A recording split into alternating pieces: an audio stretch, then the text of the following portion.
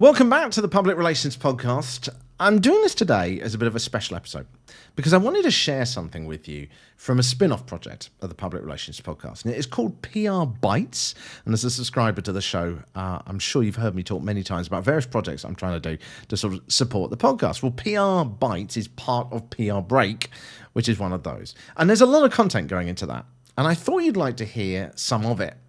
So I'm actually going to give you a full episode from that today, and I'm talking about things like Ryan Reynolds, the Hollywood movie actor, talking about his marketing techniques and how they can be applied on a budget, talking about a big threat to crisis comms, and a whole bunch more as well, interactive stuff too. To give you a bit of background, PR Bites is in effect a daily podcast that I'm now doing, running Monday to Thursday each week, which is focused on the individual in comms rather than the organization or the agency. It's focused on the person who's actually doing a work. So it's about approaches to campaigns, but when they're affected by the boss or the client saying, we don't have enough budget at the moment, or maybe it's to do with when you get out of bed and you get out the wrong side of bed that day, or you're just not in the mood, or your brain isn't working. It's the strategies that are about helping you as a person within this organization actually achieve the results. It's focused on you rather than the organization itself. So I'm going to put a post on LinkedIn about this, but I mean, to kind of sum it up, in my experience, comm success is really only about 50% technique. The rest of it is about the person. And that is what I want to try and focus on here. Now, this episode, as I say, is part of a membership, but you can now read it, or you can read about 75% of the content that goes into this for free, because I've started doing a written version, a newsletter version, which I actually pressed publish on just a few minutes ago today at the start of this week on, what are we, currently the 6th of May. If you would like to subscribe to that written version, then you can certainly do that. But go to the publicrelationspodcast.com, go to the subscribe page, and then make sure you sign up to PR Bites. If you're already a member of the main mailing list, try saying that while you've had a few drinks, then you want to make sure that you are signed up to PR Bites, and it will add you to that list as well. So if you would like to get a written version of what you're about to hear, then you can sign up for that. And if you'd like to get a full video and listen to it as well, then you'll get all the details from the newsletter about how you can do that too. Right. Let's get on with the episode. It's about, I think it's about 13 minutes long, but it's packed with stuff, as you are about to find out. A very good morning to you. It is Monday morning. Welcome to a new week and to prbreak.com and to our daily update. If you're joining us for the first time, to give you an idea about what I'm going to be going through today, what can we learn from Ryan Reynolds, the movie star, and his sponsorship of a relatively unknown soccer club in the UK? Some things to remember if you're planning events in 2024. How online bots could be one of the biggest threats in crisis comms in the future, and a new weekly scenario where we're going to try and save a sea turtle this week. I'm going to be interested to hear what your thoughts are on that. So first of all, a very good morning to you. I hope you are getting ready for a new exciting week. But let's start off by talking about Ryan Reynolds, because he is such a good marketer. Now, I'm sure you've heard about him. He is, of course, the Hollywood movie star. And what he did was he purchased a struggling soccer team in Wales in the UK called Wrexham. The team was, relatively unknown outside of football fans, obviously, and certainly if you live in other parts of the world. And if you don't know English soccer or the English soccer world, then it's very much a grassroots sport. It's about ordinary people. It's about the community focused on their local sports team that they go and watch every Saturday and support their local squad. And here in comes this Hollywood movie star and buys the team. But Ryan, unlike so many others, like it was the Glazier brothers, wasn't it, that bought Manchester United, which was a big team. He didn't come in and just buy a big team that was already winning and just try and get some more out of it. What he did was that he went and looked at an underdog club that were trying to work their way up. Now, being Ryan Reynolds, unlike many of the rest of us, he was able to get a TV show made about this too. But I still think there are some really powerful things that he did which can be applied across the board to whatever campaign you are running. So let's have a look at those. That's three, I think, are the main elements. Number one is that underdog appeal. The allure of the underdog. It's central to the narrative of the show that he's doing on social media and the whole campaign around it. The team's struggles and their journey through injuries and defeats, it all adds to the drama and the appeal. It's much more interesting than just having a successful team increasing by 1%, by 2%. This is about taking an underdog team and getting them to transform themselves, to move up through the leagues and to achieve success. So we like that kind of thing. We like to hear where they're they're losing their temper, where they're having setbacks and making progress. We love the story of struggle. It's something that naturally engages with us. So it's going to be far more engaging than that top level club. But there's also, a lot more to this, as I say. Next one you want to look at is like the community engagement. And the emphasis that he clearly has directed within the content here on the local community. And this is helping them to relate to that local community and engage them by showcasing real people. So, for example, there's like a shot just in the trailer for the show of like the local marching band marching through the town. It's not even directly to do with football. It's just kind of the local marching who are going through it. You've got kids discussing their passion for the team. And then finally, and I think this one is really important, something that I think you can take advantage of as well, is that, yes, you've got Ryan Reynolds here, who is this Hollywood movie star, but he's coming in and he's being humbled and educated by the community. I think this is summed up, and I can't remember the exact line he said, but this kind of sums it up. He said in one of the trailers, he said, people expected to see a documentary about us changing Wrexham, but it was actually Wrexham that changed us. Now, immediately we're going to feel a sense of, oh, this is awesome. He cares about us. He loves us. We are important. So this approach is making ordinary people, us, feel valued and important. So what can you do in terms of applying this to your own organization if you're not a Hollywood movie star? Because I'm assuming that most people watching and listening to this are probably not that. Well, let's take 3 examples, which I always like to do. First one, let's take a solar panel company who provides solar panels to the world's governments or to huge industries, where the CEO, not an engineer, but the CEO goes around to someone's house, a small residential house, and helps them install solar power on their house. We follow the project and, they're hands-on. They're actually screwing in stuff. And then we see the results, and you see them discuss the environment as they're going on through it. And then the CEO's talking about how they're doing it on the big stuff. The person in the ordinary house is talking about how they want to improve the environment just on a local level as well. And all finishes off with a big handshake at the end, of course, all via your social media. But as I say in a moment, I think this can go much further than that. You obviously want to make sure that, you are recording the screws falling out of the hands or not being able to get the panel on right at first, just to make it human and to make it engaging. Now, the same could be done. Just take it like this second example I thought of was a wealth management fund for billionaires, where the CEO goes around and helps a struggling family, an ordinary family, sort out their finances. With the wealth manager going, oh my gosh, you can't do that. You think about these sort of home development shows. And you've got some expert who's talking about billions of dollars that they're normally working with, helping some ordinary family with $1,000 or $500 or whatever currency you're in, to actually do something with their own money. Now, you obviously want to avoid people flocking to your company to sort of say, oh, please do that for me too. So you can make it part as a community initiative where the firm is helping out in their local area to be part of the community. Third one I thought of was a fashion chain, right? The designer. So some top designer goes round to someone's house who is a hobbyist clothes maker. You can find these people who are buying patterns online for making clothes at home. There's still people that enjoy doing that. And then spending a few hours together discussing ideas, showing a passion for designing clothes. But what you've got here is this kind of highbrow clothes designer with this ordinary person, one of us. And you want to catch that moment when someone cuts something too far, it all falls to the floor. Sharing that passion for clothes. Now, as I say, all this can be done on social media as a story over time, segmenting it out, making a narrative. And it's going to make some really great content that other people can use too. Because what you're doing here is you are making a news story. You're not just creating a little hit on social, which everyone's done before. You're making a narrative. You're making something engaging. And when you create stuff like this, not only are other content creators likely to be interested in it in that particular space, you've also got your trade press who are probably going to be interested in it too because it's a quirky story. You've got local media, you've got local content creators, you've probably got much bigger influencers and content creators who'd be interested in it as well because it's an interesting story. And you could even get something like that potentially on like daytime TV or even breakfast morning TV as well. But let's look at those crucial elements again. We're talking about the underdog. The plucky, salt of the earth, real people, the challenge of trying to climb up. A top professional, slightly elevated, where we're kind of awestruck that they would visit us. Everyone's ordinary people, but, we do have this kind of perception of people who, they've achieved so much and they're coming to visit me. The fact that they love talking to that person as well, I think is really important to show on it as well. And then, however it comes out of it at the end, you want to show how this elevated person has taken something back from the community, has learned something from that ordinary person, has learned something from that local area.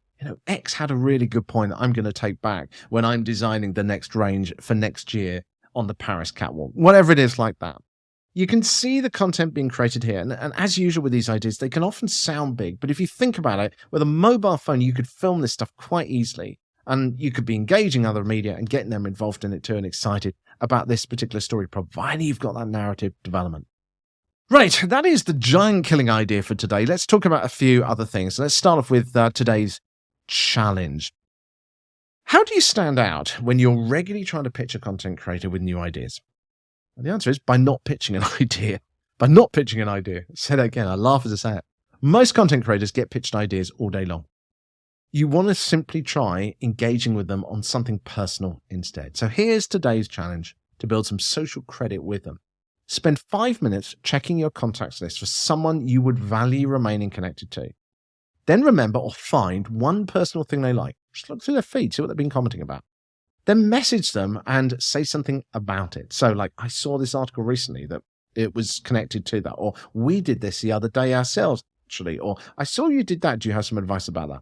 Something that is totally unconnected with what you are normally pitching. Message them and ask them how it went, and tell us on the messenger below within the PR Break website what you found by doing that. I would be interested to know, because I bet, maybe not everyone's going to, but I bet some people are going to find that you're going to be able to connect with people that you haven't spoken to for a long time, or at least build a bit of social credit with them. When you pitching next time, it all helps to do that. Okay, let's have a look at another couple of quick stories that I've spotted. If you're planning to do an event expo with a stand or some sort of experience, then there are two things I spotted from the coverage of the recent Experiential Marketing Summit in Las Vegas, USA. The coverage was in eventmarketer.com, which I do love the stuff they do, because they really come up with some really interesting insights into things. So check out their website. But there were two things, as I say. Firstly, it was an interesting point from Marcy Lane from Fujifilm, who pointed out that what you do to attract people at a local community event is going to be very different to what you do at some kind of trade expo. And she said you can't just get into one mindset. You know, people in shopping malls are in a purchasing mindset. They're in a shopping mindset, whereas someone going to a festival or a concert is going to be attracting a younger crowd who's passionate about music. Community events, like the idea of kind of bringing people together, it's about connection. It's about connecting with your community. So what is the mindset of the people at the event you're going to be displaying it? Then match the experience you make to reflect where they are, to reduce resistance to where you're trying to take. You know, if they're not in the mood for what you're doing, they're not going to engage. The second point is about measurement. I've spoken about this before. I've been to too many events where I've no idea why the stand was even there or what message I was meant to take away from him. And Wendy Rubino from Warner Brothers Pictures said that finance people now want numbers, and rightly so. So what they mean by that is that right now, obviously with Google Ads and stuff like that, you can look at engagement, you can look at eyeballs, you can look at impressions. You can get that data straight up. Now, events are expensive. They're always going to be expensive. So when you look at the budget, are you getting back more than you spend? Can you look at that data and say, I have got this return on investment? You're looking basically to deliver the same figures, she was saying, as you're doing with online advertising or online marketing. So how can you gather that data? What do you need to quantify success and to quantify that return on investment? Okay, let's move on to this week's scenario. Just very quickly recapping last week's scenario. 62% of you said the most important thing when a campaign goes viral, this was about our self-inflating tire story last week with our cycle firm, is to keep focused on the core campaign message as things start to go wrong. Is that what you're doing? Is it supporting bringing things back to the narrative, or is it losing track? You know, we were talking about when a viral campaign just explodes and just goes too big. How do you keep control of it and things like that? So most people said the most important thing is to keep focused on what is that core message and make sure that everything is trying to support it or bring it back to this week's scenario. Here's a new challenge for you. Take a breath for a moment. There's loads of stuff here. So imagine this, right? You've been tasked to help a small non-profit focused on endangered species to get donations coming in. And the charity rescues animals around the world with a particular focus on sea turtles in this particular case. And there's quite a few people in this space, obviously, with animals. So what would you do? Will you choose? Let me take it back. So this organization put out a marketing campaign recently and it completely flopped. They didn't get any new donations. They didn't get any interest. So you've been brought in to try and sort this out. So this is where the situation we're at. So what are you going to do? Will you choose to tell a heartwarming story of an individual animal currently being saved using the hashtag #SaveBertie to foster a deeper emotional connection? Or do you boost your campaign's visibility, the existing one, with significant increase in advertising spending to try and get some immediate results? Could be either. What would you do? That's the question. I'd love to know. Let me know by voting a little bit further down on the PRBreak.com so that we can get a roundup of the scores and your opinions tomorrow. Quick one about someone I've been just talking to. It was actually yesterday. I was discussing with a cybersecurity firm owner, experienced in marketing and crisis communications. He's done PR and stuff in the past. But we were talking about the increase in bots and misinformation and a notable rise in the speed of which this is being done, because modern tools are enabling people that want to criticize your organization to broadcast this criticism really, really fast, magnifying this kind of potential damage really, really quickly. And this isn't just about larger entities anymore. It's about smaller ones too, because the technology is getting a lot easier to do. And what we're talking about here and why this is different is that in the past, someone could obviously tweet one tweet. It'd say something negative about what you're doing. But with the power of this technology, you're now getting these bots, and they're pretty significant, the number of them out there, he was telling me, that can then generate conversations between each other, which seem authentic. And this was the difference from the past where you could kind of spot a bot because it wasn't, it was very fake or it had a formulated way of doing it. Who can be generating these conversations that can get an issue trending within minutes on social platforms, which is being pushed by people that want to criticize your organization. It's quite scary. It raises some real questions about crisis comms. And I'm actually when I was speaking to him, I said, let's get you on the show. Let's do a recording about this. So he's going to be on the podcast very soon. What have I got else for you today? Oh, yeah, we're nearly done, actually. But I wanted to talk about something to do with mindset. I always like talking about this because I think it is really interesting because, so much of comms is not just about the textbook stuff. It's not just about techniques. It's about the person delivering it. So being in the right headspace can make such a difference to success. So anyway, here's a technique that I've learned from someone that I thought I would share today. And this technique is about generating a connection with whatever campaign you are doing. Because the more we are emotionally invested in it, the more we're going to deliver it, the better we're going to pitch it, and the better we're going to come up with a story that resonates with people who are interested. So this is the technique, okay? So if you think about a campaign that you are currently working on, or maybe one that's coming up soon, if you think about it for just a second, all right? Just try and get it in mind. Now try to find something in that relates to you personally. Maybe it does it automatically. Maybe you're immediately involved in it, or it's a campaign or something like that. But if not, just think for something that is personally relevant to you. And what I mean by that is that it's something that goes beyond your job, or something you have to do because you're required to do, or is whatever you're being paid to do or asked to do. And think about how this relates to your family, or to your partner, or to your children, your mum or your dad, a relative. Have a think about that for a moment. Just think, how does this relate to me personally? Not something I just care about, but how it resonates actually directly with the people closest to me. Can you think of something? You got it? Okay. And then find just one thing about this story that relates to your personal life experience. So not just your family this time, but to you yourself. Something that resonates with you, why it matters to you personally. Not just because you care about others, but because of yourself, because of your own internal needs, your own internal values. Because when you find that connection, that's where you find the motivation. Don't forget, if you want to reach out on any of these ideas or discuss any of these ideas, to just scroll down there, reach out to the messenger section. We'd love to discuss any kind of campaign stuff you're doing or any thoughts you are having on there too. Let me finish with a quick motivational quote for the day. It is down to you to write the script for how today is going to turn out. It's down to you to write it.